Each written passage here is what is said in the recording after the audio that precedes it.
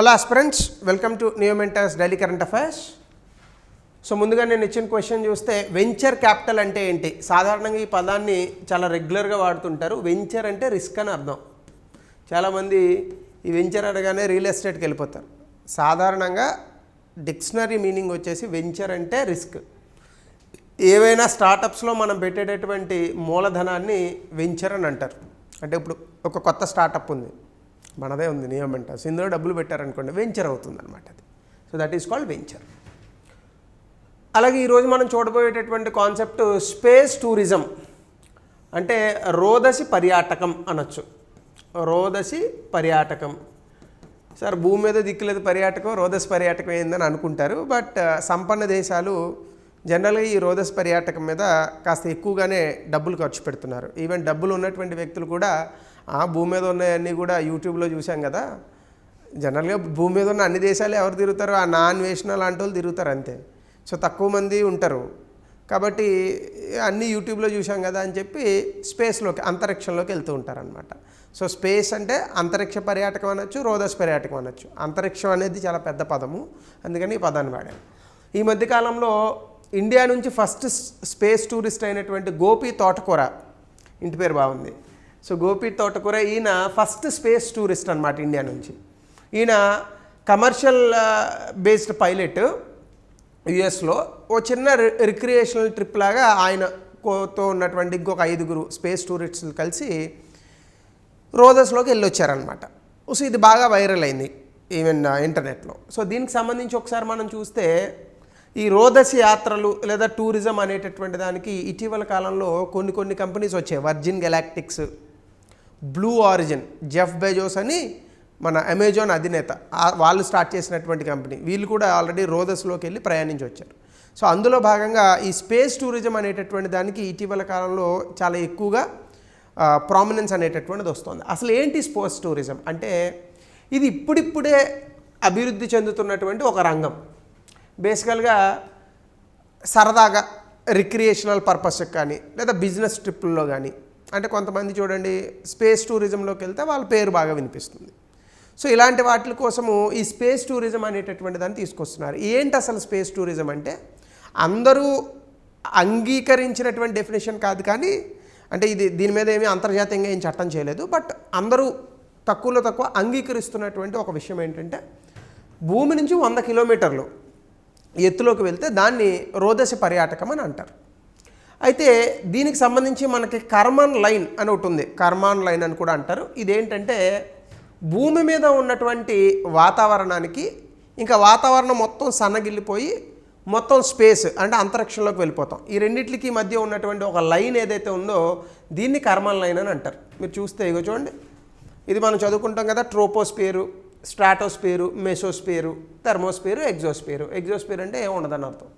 అంటే మనకి ట్రోపోస్పియర్లోనే మన విమానాలు అదే ఎగురుతాయి. మన 13 కిలోమీటర్ల వరకు విమానం 13 కిలోమీటర్లు కూడా పోదు. కరెక్ట్గా చెప్పాలంటే ఇది నార్మల్ విమానాలు డొమెస్టిక్ అయితే 8, 9, 7 కూడా పోతాయి. సో ఈ బెలూన్స్ ఉంటాయి కదా, హీలియం బెలూన్స్, అలాంటివి 20 కిలోమీటర్ల వరకు స్ట్రాటోస్పియర్లోకి వెళ్తాయి. మెసోస్పియర్లో మనకి తోకచుక్కలు వచ్చి కాలిపోతుంటాయి చూడండి. తోకచుక్కలు కాదు, ఇవి ఉంటాయి కదా, ఆస్ట్రాయిడ్స్ వస్తూ ఉంటాయి కదా, ఆస్ట్రాయిడ్స్ కాలిపోతూ ఉండేది మెసోస్పియర్. దాని తర్వాత ఈ కర్మాన్ లైన్ అనేటటువంటి దాన్ని సాధారణంగా ఒక 80 నుంచి 100 కిలోమీటర్లు, చాలామంది అయితే దీన్ని 100 కిలోమీటర్లుగా చెప్తారు. దీన్ని కర్మాన్ లైన్ అని అంటారు. అదేంటంటే మనం ఏర్పరచుకున్నటువంటి ఒక సరిహద్దు రేఖ అని అనుకోండి. అంటే మనకి అవుటర్ స్పేస్కి ఏర్పరచుకున్న ఒక సరిహద్దు రేఖ. సో ఎర్త్ అట్మాస్ఫియర్కి అవుటర్ స్పేస్కి మనం చెప్తున్నటువంటి ఒక సరిహద్దు రేఖ, దీన్ని కర్మాన్ లైన్ అని అంటారు. సో 100 కిలోమీటర్లు లోపు ప్రయాణించేటటువంటి ఏ విమానాన్నైనా ఎయిర్ క్రాఫ్ట్ అని అంటారు. 100 కిలోమీటర్లు దాటి వెళ్తే కనుక దాన్ని స్పేస్ క్రాఫ్ట్ అని అంటారు. అంటే ఇది నార్మల్గా విమానము, ఇది అంతరిక్ష నౌక. సో రెండింటికి తేడా ఉంది. ఈ కర్మాన్ లైన్ అనేటటువంటి దాని గురించి మనం చూస్తే ఇది internationally recognised boundary of space. అంటే అంతరిక్షానికి సంబంధించి ఇది సరిహద్దు రేఖగా అంతర్జాతీయంగా అందరూ కూడా చెప్తున్నారు. దీన్ని థియోడర్ వాన్ కర్మన్ అనేటటువంటి హంగేరియన్ అమెరికన్ ఇంజనీర్, ఈయన ఒక ఆయన ఉన్నారు. ఈయన ఫిజిసిస్ట్, అలాగే ఏరోనాటికల్స్లో కూడా బాగా అనుభవం ఉన్నటువంటి వ్యక్తి. ఇతను ఈ యొక్క విషయాన్ని 1881, 1963 ఆయన పుట్టి చనిపోయినటువంటి సమయం, ఆ సమయంలోనే చెప్పాడు ఆయన. అయితే ఇప్పుడు మనం చూస్తున్నటువంటి ఈ రోదసి పర్యాటకంలో 2 రకాలు ఉన్నాయి. ఒకటి ఏంటంటే సబార్బిటల్, ఒకటి ఆర్బిటల్. సబార్బిటల్ అంటే ఏంటంటే ఈ 100 కిలోమీటర్ల వరకు వెళ్తారు, 100 కిలోమీటర్లు దాటుతారు. మీకు కొంచెం ఈ గాల్లో అంతరిక్షంలో ఎగిరినటువంటి అనుభవం కలుగుతుంది, వెనక్కి వచ్చేస్తారు. దాన్ని సబార్బిటల్ అని అంటారు. ఆర్బిటల్ అంటే ఏంటంటే భూమి చుట్టూ ఉన్నటువంటి ఆర్బిట్, అంటే అర్త్ ఆర్బిట్స్ ఉంటాయి కదా మనకి, ఈ ఆర్బిట్లోకి తీసుకెళ్తారు. దీనివల్ల మీకు ఏమవుతుందంటే ఇతర గ్రహాలను కూడా చూసేటటువంటి అవకాశము, ఎక్కువసేపు మీరు రోదస్లో ఉండడానికి ఇది మీకు ఉపయోగపడుతుంది. సో ఇప్పుడు సబార్బిటల్ ఫ్లైట్ ఒకటి ఉంటుంది, ఆర్బిటల్ ఫ్లైట్ ఒకటి ఉంటుంది. ఈ రెండింటిని కూడా చాలా సంస్థలు అభివృద్ధి చేస్తున్నాయి. ఇందులో కనుక మనం వెళ్తే ఈ యొక్క కర్మన్ లైన్ గురించి థియోడర్ వాన్ కర్మన్ అనేటటువంటి వ్యక్తి, ఈయన ఏరోనాటిక్స్లో బాగా నిష్ణాతుడు. ఈయన మొట్టమొదటిసారి 83.6 కిలోమీటర్లు భూమి నుంచి ఎత్తుకు వెళితే అక్కడ భూమి తాలూకా వాతావరణం అనేటటువంటి సన్నగిల్లుతుంది. సో ఆ తర్వాత వచ్చేటటువంటి లైన్ని కర్మన్ లైన్ అని అంటారని ఈయన చెప్పాడు. దీన్ని ఫెడరేషన్ ఏరోనాటికీ ఇంటర్నేషనల్ అనేటటువంటి ఒక సంస్థ డిఫైన్ చేసింది. ఎట్లా అంటే ఇంకో 17 కిలోమీటర్లు కలిపి 100 కిలోమీటర్లు దాటినటువంటి పరిధిని కర్మన్ లైన్ అని అంటారండి. సో ఇదేంటంటే world governing body air sports and definitions human space flights, అంటే ఈ రోజస్లోకి వెళ్ళేటటువంటి అంతరిక్ష నౌకలు ఏవైతే ఉంటాయో వాటికి సంబంధించి ఇది ఒక ప్రపంచంలో ఒక సంస్థ అనమాట. అయితే దీనికి ఏమో అంతర్జాతీయ చట్టం ఏం లేదు, అంటే ఖచ్చితంగా 100 కిలోమీటర్లు దాటిన దాన్ని కర్మన్ లైన్ అని అనాలి, ఇదే ఇంటర్నేషనల్ స్పేస్ బౌండరీ అనేటటువంటి రూల్ ఏమీ లేదు. కొంతమంది అసలు దీన్ని ఒప్పుకోరు కూడా. సో కాబట్టి ఇది ఎక్కువ మంది అంగీకరిస్తున్నటువంటి విషయమే తప్ప చట్టబద్ధమైన విషయం కాదు. ఇంకా మనం కనుక లోతుగా వెళ్తే మార్కెట్ ఎంత ఉంది అసలు, దీనికి చాలా అద్భుతమైన మార్కెట్ ఉందండి. అంటే మన దగ్గర సొమ్ము ఉండాలి కానీ ఇలాంటి కంపెనీలు ఎన్నైనా పెట్టచ్చు, దానికే ఉంది. కానీ సో స్పేస్ టూరిజం ఇండస్ట్రీ అనేటటువంటిది ఇప్పుడు చాలా చిన్న అడుగులు వేస్తున్నటువంటి రంగం, కానీ చాలా ఎత్తుకి ఎదగడానికి అవకాశం ఉన్నటువంటి రంగం. ముఖ్యంగా సంవత్సరానికి 40% ఇందులో గ్రోత్ కనిపిస్తోందట.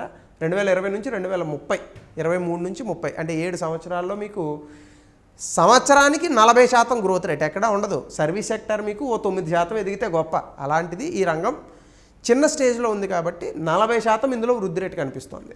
ప్రస్తుతానికి 2022లో అది $695 మిలియన్ ఉంటే 2030కి $8,669 మిలియన్ ఇది పెరుగుతుందని అంచనా వేస్తున్నారు ఇక్కడ ఉన్నటువంటి వ్యక్తులు. అయితే ఈ మార్కెట్లో సెగ్మెంట్స్ ఏముంటాయి అంటే ఇందాక చెప్పాను కదా, సబార్బిటల్ సెగ్మెంట్ ఒకటి ఉంటుంది, అంటే జస్ట్ తీసుకెళ్ళి మిమ్మల్ని ఏదో విజయవాడ కోదాడ బస్సు ఎక్కినట్టు అనమాట.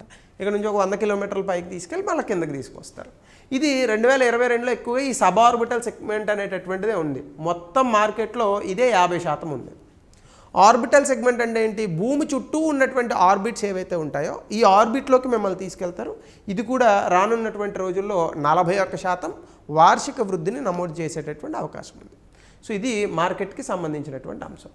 దీని గురించి ఇప్పటివరకు ఏం క్వశ్చన్స్ రాలేదు, బట్ దానికి రిలేటెడ్గా ఒకటి భువన్ అనేటటువంటి ఒకటి వచ్చింది.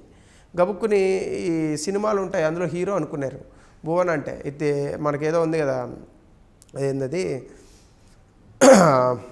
3 గుణాలు అగా అని అంటాడు కదా, అమెరికాన్ ఒక సినిమా. సో ఆ అమెరికన్ క్రికెట్ ఆడతాడు, ఆ సినిమా అనుకున్నారు గబుక్కుని. సో భువన్ అంటే అది ఒక ఇస్రోకి సంబంధించినటువంటి శాటిలైట్స్ అలాంటివి అనమాట. ఒకసారి ఏంటో చూడండి మీరు. అలాగే 2023లో ఒక్కొక్కసారి ఎస్ఏలు ఇస్తాడు క్వశ్చన్ల కింద. ఇది ప్రశ్న, ఎస్ఏ అనుకున్నారు ఇది. సో అంత పెద్ద క్వశ్చన్ ఇచ్చాడని నా ఉద్దేశం అనమాట. చూడండి, what is the main task of India's third moon mission which could not be achieved in earlier mission. అంటే థర్డ్ మూన్ మిషన్ అనాలి, వీడు 3 మిషన్ రాశాడు దరిద్రుడు. India's third moon mission. List the countries that have achieved this task. అంటే మీ అందరికీ తెలుసు కదా, చంద్రయాన్ 1, 2, 3లో 3వ దాని తాలూకా ఉద్దేశం ఏమిటి, ఇలా ఇప్పటికే ఆ లక్ష్యాన్ని ఛేదించినటువంటి 3 దేశాలు ఏంటి, introduce the subsystems in the spacecraft launch and explain the role of virtual launch control centre at the Vikram Sarabhai space which contributed to the successful launch from Sriharikota. అంటే ఇంకా పూర్తిగా అందులో టెక్నికాలిటీస్ అడిగాడు అనమాట. సో దీన్ని 200 పదాల్లో మీరు రాసేటటువంటి ప్రయత్నం చేయండి, మీకు కూడా అంతరిక్షంలోకి ఒకసారి వెళ్ళొచ్చినట్టు ఉంటుంది. సో ఇది అంతరిక్ష పర్యాటకం లేదా రోదసి పర్యాటకం గురించి. So with a new topic will meet in the next session.